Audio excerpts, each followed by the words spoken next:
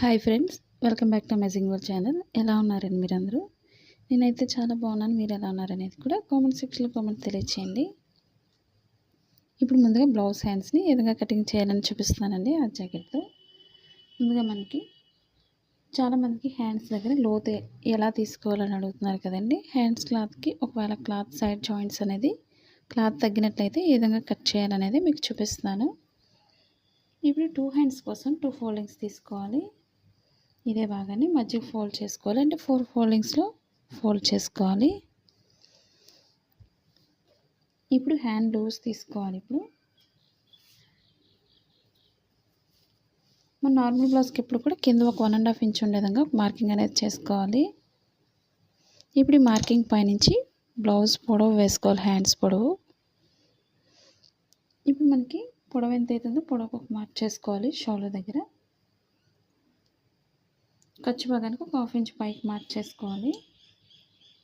అలాగే ఇప్పుడు extra cloth అనేది మనకి చంక భాగం దగ్గర ఎంతైతే పొడవు ఉందో పొడవుకు ఒక మార్క్ చేసుకోవాలి. అక్కడ నుంచి ఎక్స్ట్రా అనేది 2 ఇంచెస్ తీసుకోవాలి మనం ఎక్స్ట్రా క్లాత్ని సైడ్ జాయింట్ దగ్గర.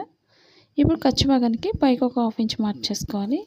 ఇప్పుడు మనకి 2 ఇంచెస్ సరిపోలేదు కాబట్టి మనం ఎక్స్ట్రా క్లాత్ని జాయింట్ చేసుకోవాలి.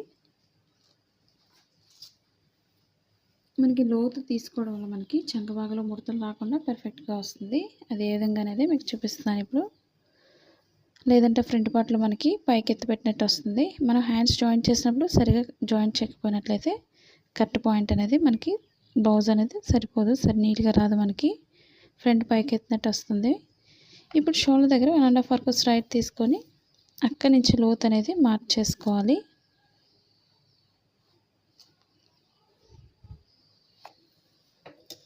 మాది blouse cutting in Telugu second channel ఉందండి, అది కూడా ఒకసారి చూసి లైక్ చేయండి, షేర్ చేయండి, సబ్స్క్రైబ్ చేయండి. ఇప్పుడు షోల్డర్ దగ్గర నుంచి ఈ విధంగా లోతు అనేది కట్ చేసుకోవాలి.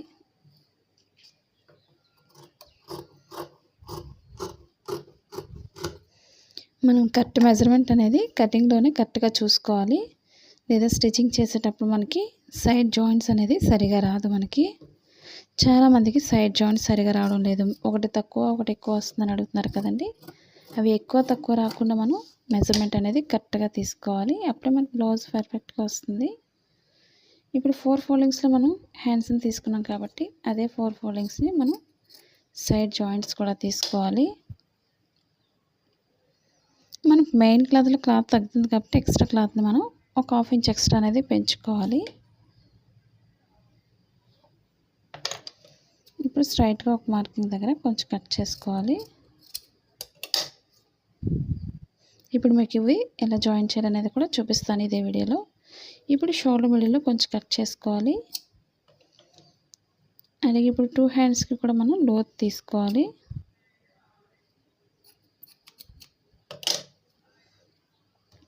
ఇప్పుడు రైట్ సైడ్స్ రెండు కూడా ఎదురు బదులుగా వేసుకోండి ముందు.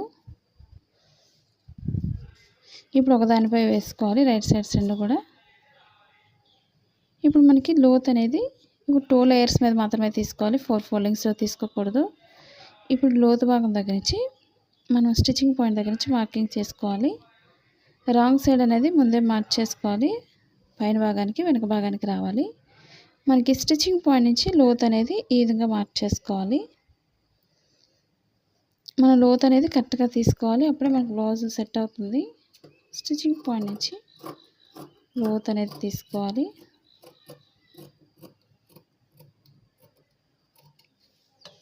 ఇప్పుడు స్టిచ్చింగ్ పాయింట్లో కొంచెం కట్ చేసుకోవాలి. ఇప్పుడు ఎక్స్ట్రా క్లాత్ని కూడా మనం జాయింట్ చేసుకోవాలి. అది ఒక్కొక్కటి కూడా యాడ్ చేయడం మీకు ఇప్పుడు చూపిస్తాను ఇదే వీడియోలో.